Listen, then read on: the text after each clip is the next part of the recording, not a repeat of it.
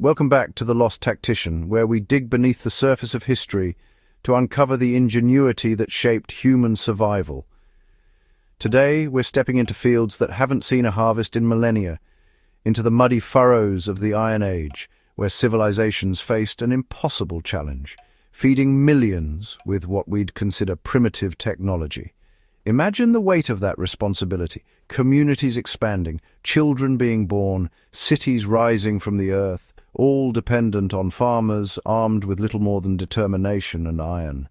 Yet these ancient agriculturalists didn't just survive, they thrived, developing techniques so sophisticated that modern agronomists still marvel at their effectiveness.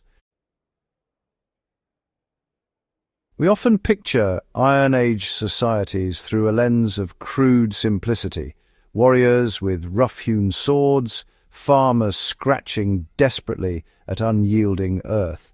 But that image crumbles when confronted with the evidence. These weren't desperate survivors clinging to subsistence.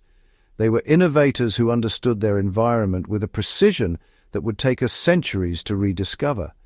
The challenge before them was monumental, but their solutions reveal minds as sharp as the iron tools they wielded.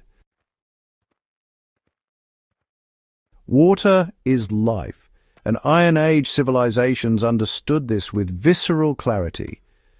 Stand in the Negev highlands today, and you'll see the ghosts of their genius. Terraced fields cascading down hillsides like stone staircases to the heavens. These weren't simple earthworks. They were carefully engineered systems, designed to capture every precious drop of rainfall, transforming arid slopes into productive farmland. Each terrace created a horizontal platform where soil could accumulate and water could penetrate slowly, feeding crops rather than rushing away in destructive torrents. But the innovation went deeper. In ancient Oman, Iron Age communities perfected the falaj system, horizontal wells that tapped into underground water sources and channeled them through carefully graded tunnels to settlements and fields. Picture the engineering required: calculating grades by candlelight, excavating through solid rock, maintaining flow over kilometers. In regions blessed with rivers, farmers diverted water through networks of canals and ditches with such precision that entire valleys could be irrigated systematically. Some communities even employed water-lifting devices: the shaduf with its counterweighted pole, or the ingenious Archimedean screw, bringing water to fields that gravity alone could never reach. This mastery over water didn't just prevent drought, it enabled population explosions that would reshape the ancient world.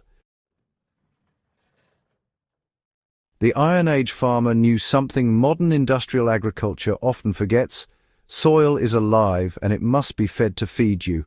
Walk an ancient field site with an archaeologist, and you'll find evidence of their understanding in layers of enriched earth that still show traces of careful management.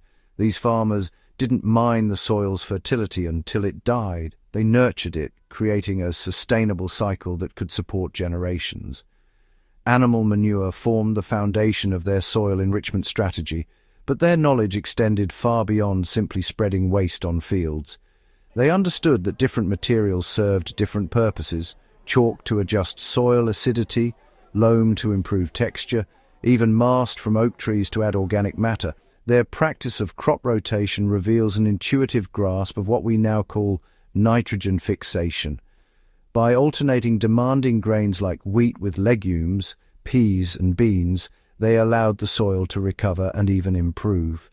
The legumes didn't just take from the earth, they gave back, their root nodules hosting bacteria that pulled nitrogen from the air and fixed it in the soil.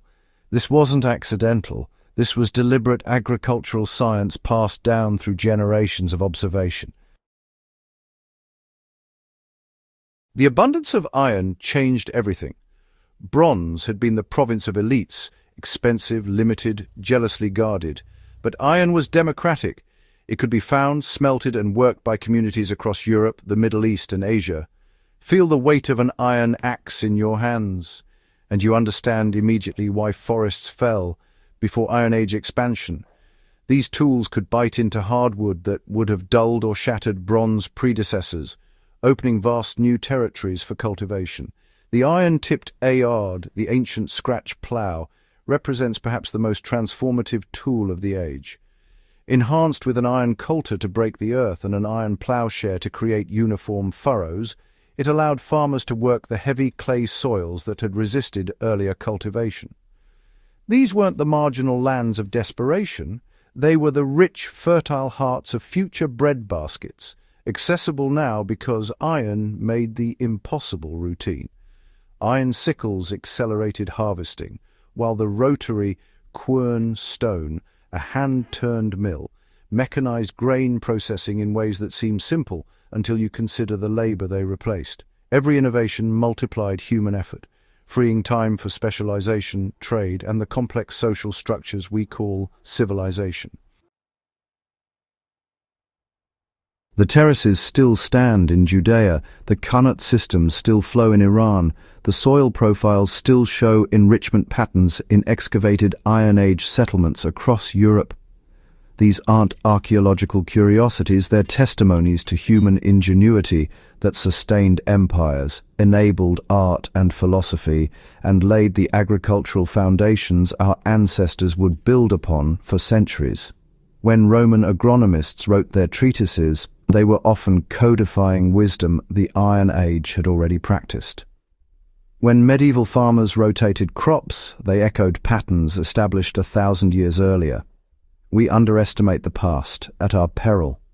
These Iron Age farmers possessed no laboratories, no soil testing equipment, no genetic modification technologies, yet they fed populations that would dwarf most modern cities through observation, experimentation, and the accumulated wisdom of generations. They remind us that innovation doesn't require advanced technology, it requires careful attention, creative problem-solving, and respect for the systems that sustain us. As we face our own agricultural challenges, climate change, soil depletion, water scarcity, perhaps we should look back to these ancient fields and remember that sometimes the most sophisticated solutions come from understanding rather than overwhelming our environment. If this journey through Iron Age ingenuity has sparked your curiosity, hit that like button and subscribe to The Lost Tactician. Share this with anyone who thinks ancient peoples were simple. They deserve to know better. Join us next time as we continue uncovering the tactical brilliance and survival wisdom hidden in history's shadows. Until then, stay sharp.